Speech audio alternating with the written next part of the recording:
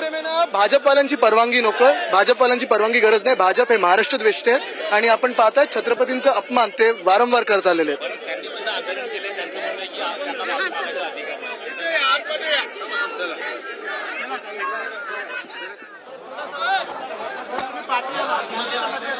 आदित्य ठाकरे यांची प्रतिक्रिया आपण ऐकलेली आहे. त्यांनी भाजपवर थेट निशाणा साधत टीका केलेली आहे. सर्व प्रमुख नेते जमलेले असून गेटवे ऑफ इंडियावरची सध्याची ही लाईव्ह दृश्य पाहतोय. अगदी सकाळपासूनच खरं तर हुतात्मा चौकामध्ये कार्यकर्ते जमण्यास सुरुवात झाली. त्यानंतर प्रमुख नेते हुतात्मा चौकामध्ये पोहोचले. हुतात्मा चौकापासून पायी मोर्चाला सुरुवात झाली आणि आता थेट गेटवे ऑफ इंडियावरून हे आंदोलन सुरू करण्यात येत आहे.